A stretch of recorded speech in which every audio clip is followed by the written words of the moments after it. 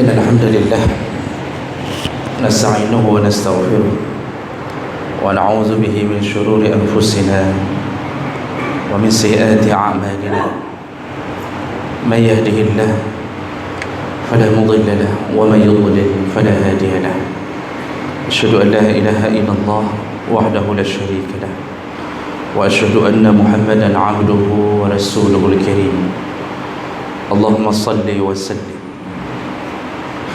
على نبينا محمد وعلى آله وأصحابه أجمعين. أما بعد، رب اشرح لي صدري ويسر لي أمري واحلل عقدة من لساني يفقهوا قولي. Segala puji bagi Allah, kemudian salawat dan salam kepada Rasulullah, kepada keluarga dan seluruh sahabat-sahabatnya.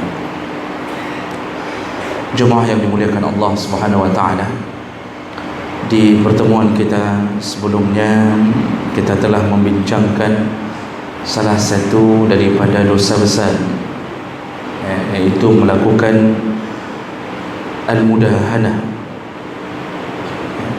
Al-mudahanah itu meridai maksiat yang dilakukan oleh orang lain dan ikut bergabung ke dalamnya.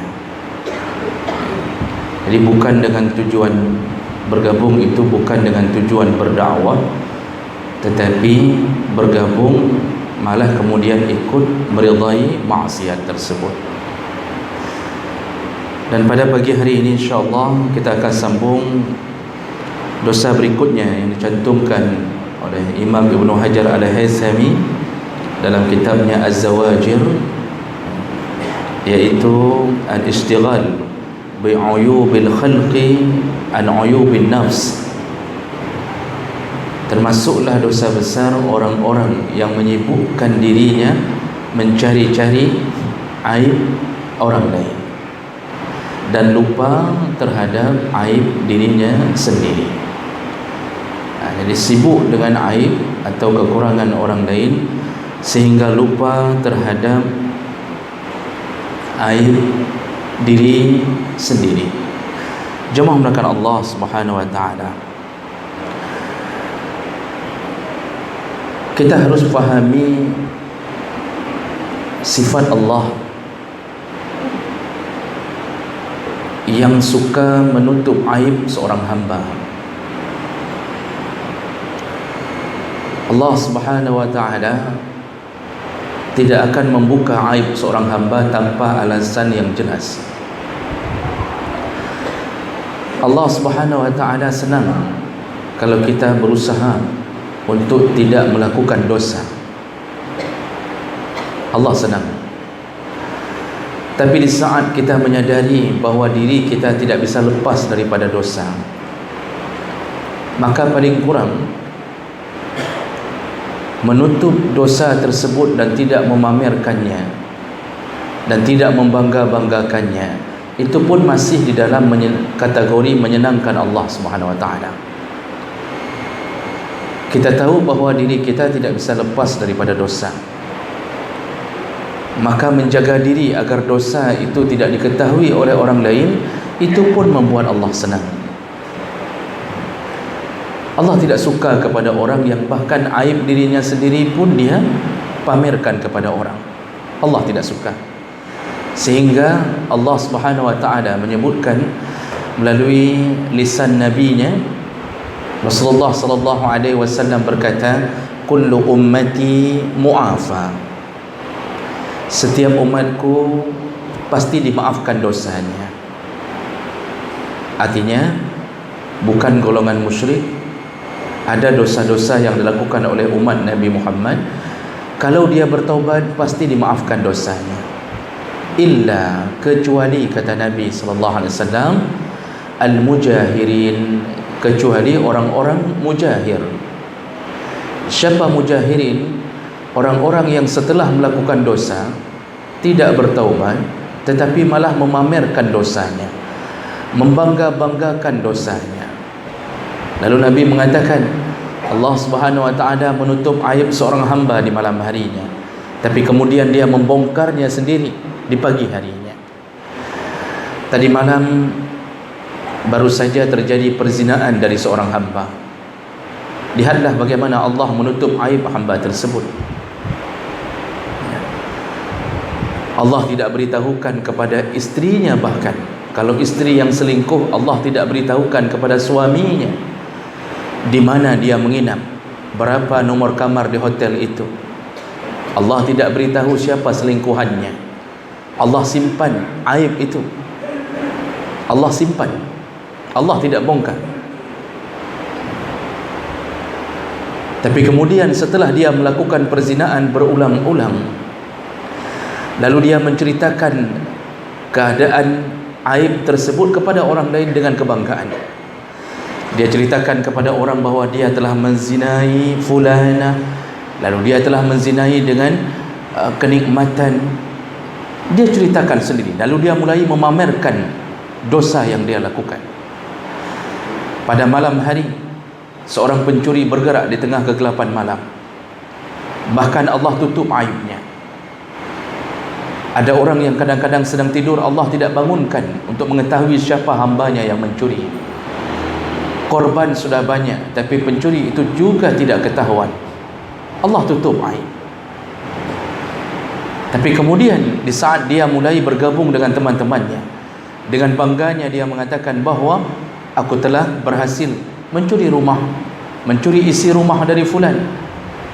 Artinya dia mengatakan dengan bangga, apapun yang dia gembok pasti aku bisa buka. Dia mengatakan dia punya keahlian untuk melakukan kejahatan itu. Allah sudah tutup aibnya, kemudian dia membuka aibnya sendiri. Allah Subhanahu wa taala benci sekali dengan model orang yang membanggakan aibnya sendiri, padahal itu aib. Allah benci. Sehingga Nabi mengatakan tidak akan dimaafkan Allah orang-orang yang hari ini telah ditutup aibnya oleh Allah, kemudian dia bongkar dengan kebanggaan. Sewaktu kita jadi preman, Masya Allah, kita menzalimi orang. Berapa orang yang kita aniaya, berapa orang yang kita lakukan kezaliman terhadap hartanya, dan kemudian dia masih membangga-banggakan. Dia banggakan bahawa siapa yang pernah dia pukul, bahawa orang semua takut kepada dia. Di saat Allah tidak memberi hukuman kepadanya, dia mulai membangga-banggakan dosanya. Inilah orang-orang yang kalau matinya dalam keadaan membangga-banggakan amal, tidak ada kemaafan dari Allah. Maksud Nabi tidak ada kemaafan. Di dunia dia tidak dimaafkan. Allah tidak buka pintu taubat untuknya kalau dia terus membangga-banggakan dosanya. Karena salah satu syarat diterima taubat pun, salah satunya adalah nadam. Kalau kita baca bab taubat, salah satu syarat yang orang disebut sudah bertaubat adanya sifat nadam, yaitu menyesali dosa yang telah dilakukan. Kalau dia menceritakan dosa kepada orang lain tapi dengan sifat penyesalan, dia menangis, bertanya, kemana pintu taubat? Adakah taubat untukku?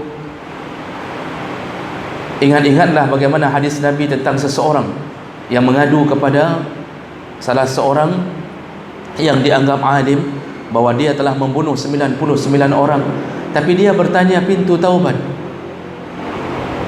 Ujung-ujungnya kita tahu cerita itu, dia meninggal di tengah jalan menuju ke pintu taubat, belum beramal, tapi Allah terima taubatnya.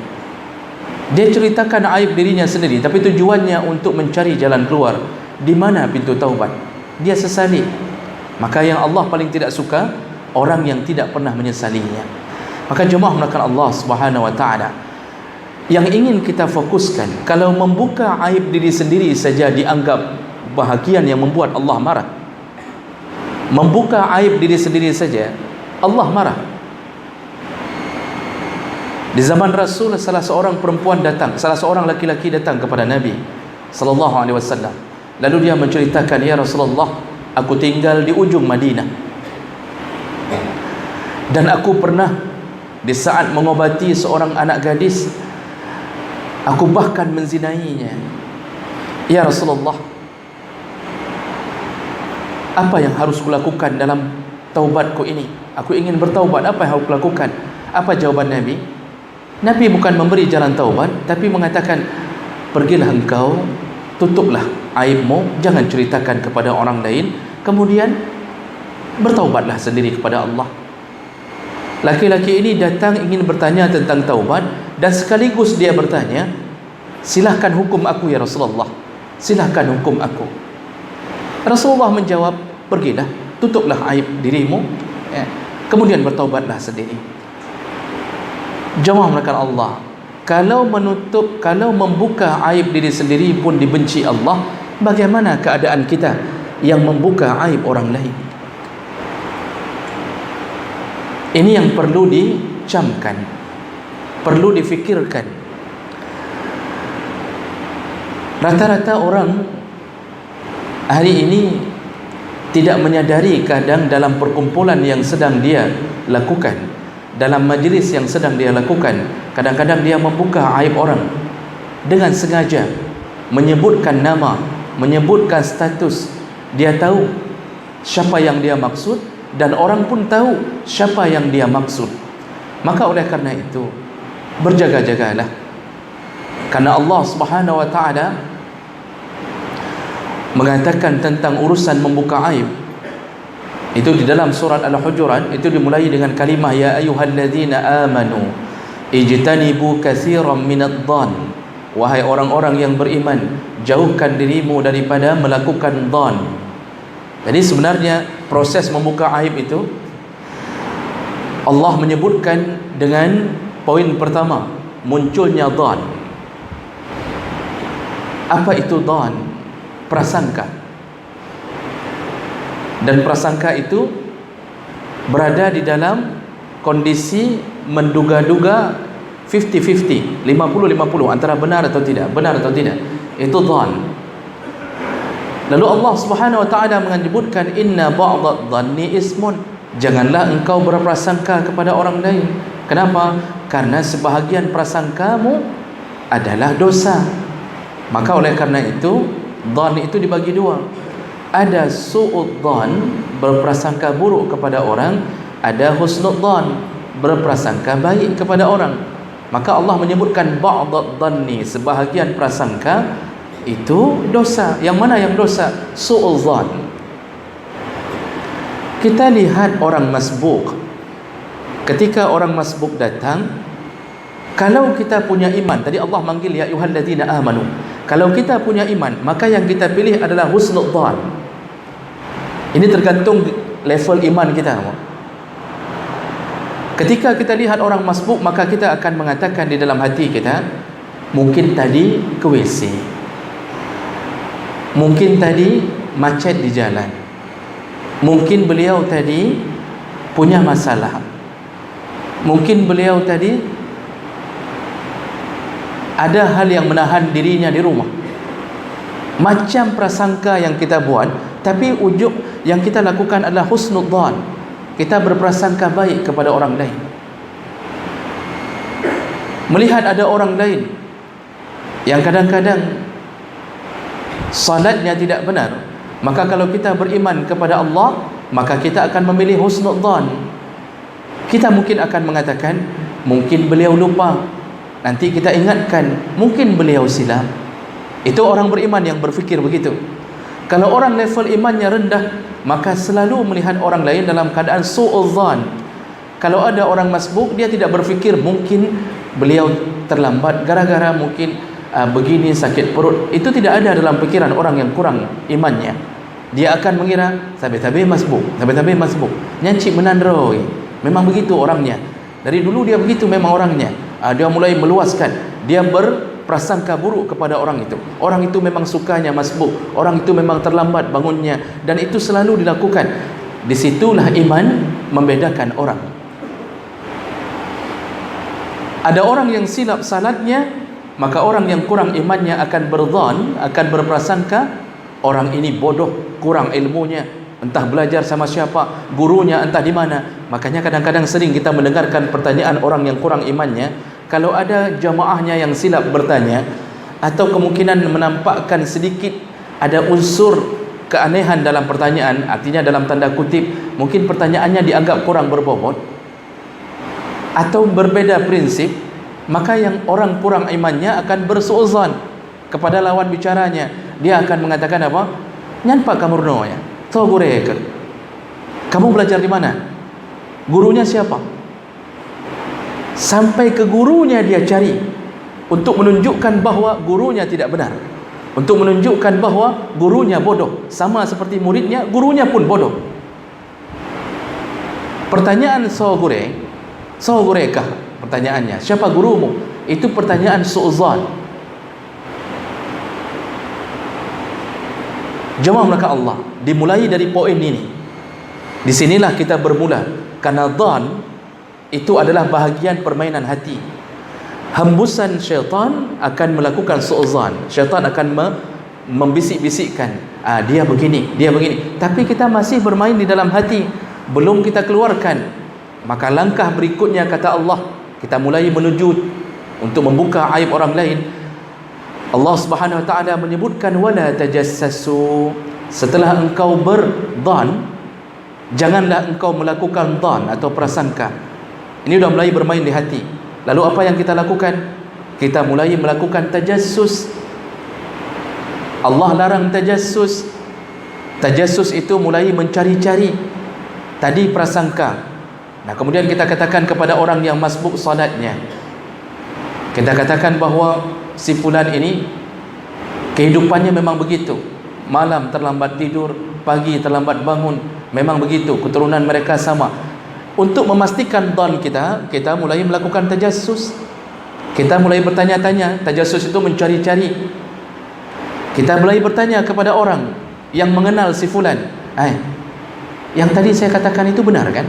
Kan kamu kenal sama dia. Memang begitu kan di rumah orangnya kan? Kita mulai mencari. Kita sebarkan informasi. Setelah kita mencoba mencari aib orang atau kekurangan orang, jadi kita mulai masuk ke level kedua dari dhan, masuk ke tajassus. Ketika sudah mulai mendapatkan informasi yang kita katakan ternyata memang di rumahnya dia pun terlambat, anak-anaknya pun tidak suka sama dia, istrinya pun tidak suka, mulai kita dapatkan dari hasil tajassus kita. Naik kita ke level berikutnya.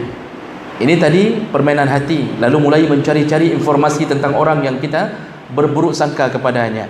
Naik ke level berikutnya, wala yaghtab, kata Allah, janganlah engkau menghibah, mengupat sesama kamu, ba'dukum ba'da. Nah, disinilah mulailah Allah mengatakan, ayuhibbu ahadukum ayyakula lahma akhihi maitan, maukah engkau memakan daging temanmu sendiri? Fakarihtumu, pasti engkau tidak suka. Jadi Bapak Ibu menakat Allah Subhanahu wa taala, kita ini mulai membuka aib orang kapan? Pertama dimulai dari dhan, prasangka buruk kepada orang. Macam-macam prasangka buruk kepada orang. Ada yang berikutnya naik ke level kedua, tajassus, mencari-cari. Yang sudah kita berprasangka, kita coba membenarkannya dengan mencari informasi tentang orang tersebut. Lalu naik ke level berikutnya, melahirkannya. Mulai kita memvonisnya dengan cara apa? Ghibah. Makanya orang yang ghibah itu biasanya mengumpulkan data. Jadi tajassus itu mengumpulkan data lebih dahulu. Kita mulai berkumpul, lalu kita bicara tentang fulan. Kita bicara bapak itu di rumahnya begini. Dan saya tahu karena saya memang bersama dia dari kecil, atau saya tahu istrinya itu teman saya tahu anaknya itu yang pernah ceritakan kepada kami. Kita mulai membuka aib dengan cara ghibah. Kenapa disebut ghibah? Ghaib, karena orangnya tidak ada di tempat, maka disebut ghibah, ghaib. Kita mulai bicarakan aib orang di saat orang yang kita bicarakan tidak ada di tempat. Disinilah sempurnanya proses membuka aib. Akhirnya itu aib dia di rumah bersama istrinya, itu aib dia bersama anak-anaknya, itu aib dia tidak mau kalau aibnya diketahui orang. Tapi kita setelah melakukan prasangka, lalu kita mengumpulkan data melalui tajassus, lalu kita memvonisnya melalui ghibah. Selama 3 hal ini kita lakukan dengan sempurna, dan orang itu tidak suka kalau aibnya tersebarkan, maka masuklah kita ke dalam dosa besar yang bernama membuka aib orang lain. Dan apa efeknya Bapak Ibu yang dimuliakan Allah? Kalau seandainya hasil ghibah kita ngupat kita, diketahui olehnya. Jadi yang korban tahu bahawa kitalah yang membuka aib dia melalui upatan-upatan di belakang dia. Maka apa yang harus kita lakukan? Wajib meminta maaf kepada orang yang kita upat. Wajib meminta maaf kepada orang yang kita upat sampai dia memaafkan. Kalau tidak, maka berhadapanlah di hadapan Allah, di depan pengadilan Allah Subhanahu wa taala. Karena Rasulullah mengatakan, sesama muslim haram mengganggu darahnya, haram mengganggu hartanya, dan haram mengganggu kehormatannya. Membuka aib orang sesama muslim termasuk mengganggu kehormatan. Orang malu, padahal dia sendiri tak pernah berusaha untuk membuka aibnya, tapi datang kita membuka aibnya. Kalau dia tahu bahawa kitalah yang membuka aibnya, maka wajib meminta maaf. Datangi rumahnya, minta maaf sampai dia memaafkan. Ada orang tipenya begini, kadang-kadang datang ke rumah orang lalu dia mengatakan, mohon maaf, sayalah yang menyebarkan informasi bahawa kamu begini-begini. Lalu orang itu dengan kemarahannya, karena dia tahu, saya sudah tahu selama ini, kamulah orangnya. Sakit hati saya, katanya. Saya tidak bisa memaafkan kamu. Saya simpan aib ini di rumah, tapi kamu membongkarnya ke rumah saya. Saya tidak akan maafkan. Orang itu tidak mau maafkannya. Lalu orang yang meminta maaf pulang kembali.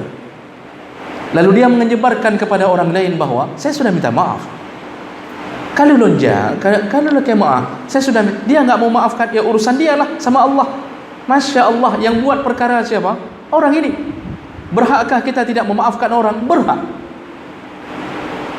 Kalau kita mengatakan bahawa saya tidak akan maafkan, berhak. Itu hak orang yang disakiti. Lalu ada orang ini membanggakan berdosa berikutnya, saya sudah minta maaf, urusan dia dengan Allah, yang penting saya sudah minta maaf. Tidak ada kewajiban untuk memaafkan, cuma fadilah lebih bagus memaafkan. Wal afina 'anil nas, pilihlah untuk memaafkan daripada tidak memaafkan. Kalau tidak maafkan, hak dia. Yang melakukan kesalahan siapa? Bukan dia, kitalah yang membongkar aibnya. Maka kalau tidak dimaafkan di dunia, tunggu di depan pengadilan Allah. Maka susahnya meminta maaf kepada orang. Kapas yang sudah disebar di tengah jalan, sudah berhamburan, untuk mengumpulkan kembali susahnya minta ampun. Dia merasa malu. Kalaupun dia maafkan, tapi engkau telah memberitahu semua orang tentang aibku, bagaimana engkau mau mengutip kembali kapas tersebut? Hari ini begitu mudahnya kita mengata-ngatai orang lain, apapun modelnya, yang dia tidak suka. Karena definisi ghaibah baru disebut membuka aib melalui ngupan kalau orang itu tidak suka. Tapi kalau orang itu suka, maka tidak disebut ngupan. Itu kalau orang itu tahu, jemaah maka Allah wajib minta maaf. Makanya cara minta maaf itu dengan menghibah, bawakan hadiah, bawakan parsel. Beli itu yang parsel 500.000 yang isinya roti kaleng, kemudian berbagai macam buah-buahan mulai dari melon, kelengkeng, macam model tu 500.000 itu. Itu bawa sambil minta maaf, insya-Allah dimaafkan. Karena orang mudah tersentuh dengan bawa hadiah, enggak dimaafkan enggak enak 500.000. Jarang orang yang sudah kita bawa hadiah, dia sepak hadiah kita lalu dia pulang ke awak dia. Ana perle kayaknya. Enggak ada bahasa itu, jarang sekali. Orang kalau sudah dibawa hadiah lalu kita memohon maaf dengan tangisan. Allah punya sifat memaafkan. Manusia kecil memaafkannya, tapi kita bisa sentuh hati manusia dengan mengulang-ulang memohon maaf. Hari ini tidak dimaafkan, besok datang. Ini bagi kita yang membuka aib orang lain, lalu dia sudah tahu siapa yang membuka aibnya. Nah, bagaimana dengan kondisi orang yang membuka aib orang lain, kemudian orang itu belum tahu siapa yang membukanya? Informasi sudah tersebar tentang aib dia, dan orang itu tidak tahu siapa yang membuka aibnya. Perlukah kita datang ke rumahnya? Perlukah kita meneleponnya? Perlukah kita mengetuk pintunya dengan mengatakan akulah orangnya? Mohon maaf. Tidak perlu, kata para ulama. Kalau dia tidak tahu siapa yang membuka aibnya, maka resiko kita telah mengirimkan pahala kepadanya. Kita yang beramal, kemudian dia yang mendapatkannya. Ini kebodohan orang yang suka membuka aib orang lain. Karena itu termasuk ke dalam bab membuka aib, termasuklah ngupan. Bagaimana cara bertaubat darinya? Tidak perlu datang kepada orang tersebut, karena dengan datang di situ dia tahu selama ini dia baik-baik saja. dengan orang yang mengupatnya, karena dia tidak tahu. Tapi begitu dia tahu, dia mulai mengatakan, oh kamulah, saya pikir siapa, Masya Allah, saya tidak percaya, saya tidak tahu, kamulah ternyata orangnya. Dari situ dia mulai marah, padahal sebelum ini dia tidak tahu. Maka cara taubatnya, cukuplah bertaubat kepada Allah, mohonlah doa banyak-banyak, berdoalah kepada Allah banyak-banyak agar memaafkan diri kita dan juga memuliakan orang yang telah kita upat. Tapi kemudian disepakati oleh para ulama, wajib membersihkan nama baiknya. Kumpulkan kembali tim mengupat, kumpulkan kembali semua tim yang pernah kita bentuk untuk mengupat. Dengan siapa kita duduk waktu kita buka aib orang itu? Arisan mana yang kita keluarkan aib orang? Kumpulkan kembali semua orang yang mendengarkan upatan kita, lalu bersihkan namanya. Bersihkan namanya dengan mengatakan yang kita katakan tentang bapa fulan ternyata tidak benar. Maka jemaah melakukan Allah, disinilah bahayanya membuka aib orang. Dan ingat, Rasulullah SAW mengatakan, barang siapa yang telah membuka aib, yang suka membuka aib saudaranya, man tatabba'a uyuba akhihi, barang siapa yang suka terus-terusan membuka aib saudaranya, tunggu Allah akan membuka aibnya walaupun isi kamarnya.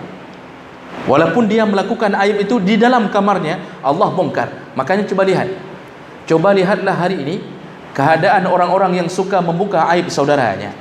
Pada suatu hari begitu Allah buka aibnya, bukan hanya aib di luar kamarnya, aib-aib di dalam kamarnya yang dia lakukan diam-diam terbongkar semuanya. Lihatlah para penceramah yang hari ini di mulutnya sibuk dengan mengucapkan nama-nama orang yang tidak layak untuk dibuka aib. Ketika Allah buka aibnya, isi kamarnya pun Allah buka. Apa yang dia lakukan di dalam kamarnya pun Allah buka. Dan itu sudah janji Allah. Yang suka buka aib saudaranya sesama muslim, tunggu dibuka aibnya oleh Allah Subhanahu wa taala. Kadang-kadang dengan cara macam-macam. Apakah keceplosan, atau kemudian ditangkap sama polisi, ketahuan telah melakukan ini di kamarnya, ternyata dia telah berzina. Selama ini beliau adalah orang yang dianggap baik, ahlul jamaah. Ada yang kadang-kadang salah kirim foto di kamar, foto telanjang tentang dirinya sendiri atau foto tentang istrinya, lalu kemudian tidak sadar, tidak sengaja terkirim ke grup yang orang tahu selama ini orang ini memang suka buka aib orang. Ternyata begitu saja terkirim ke dalam grup. Kalau sempat terkirim ke dalam grup Baitur Rahman, lebih parah lagi, Pak. Foto telanjangnya dalam kamarnya Allah bongkar. Kenapa jari kita tiba-tiba tidak sengaja menekan itu? Lihat keadaan kita. Mungkin selama ini kita terus-terusan duduk membuka aib saudara. Bapak fulan, ustaz fulan. Ustaz itu enggak beres, bukan ustaz kita. Ustaz itu agak gemuk, ustaz itu gemuk sekali, ustaz itu kurus sekali, ustaz itu macam model kita katakan. Masya Allah, mulut kita basahi dengan kekurangan orang, padahal kita pun terlalu banyak kekurangan. Makanya dosa besar orang-orang yang menyibukkan dirinya dengan aib orang. Maka apa yang harus kita lakukan sebagai kesimpulan akhir? Pikirkanlah keadaan nasib diri sendiri di akhirat. Pikirkanlah aib diri sendiri. Jangan sibukkan dengan aib orang lain, karena orang yang sibuk dengan aib orang lain akan dihantui, hanya selalu mencari dan mencari, tapi dia lupa bahwa dirinya penuh dengan aib. Kalau orang sibuk dengan aib dirinya sendiri, tidak sempat mikir aib orang lain. Selalu dia lihat kekurangan diri, saya begini, saya kurang ilmunya, saya begini. Insya Allah ternyata pekerjaan itulah yang menyelamatkan kita di dunia dan di akhirat. Mudah-mudahan ini jadi renungan bagi kita mengulang kaji tentang membongkar aib adalah bahaya besar di sisi Allah Subhanahu wa taala. Subhanakallahumma bihamdik asyhadu an la ilaha illa anta astaghfiruka wa atubu ilaik. Wassalamu alaikum warahmatullahi wabarakatuh.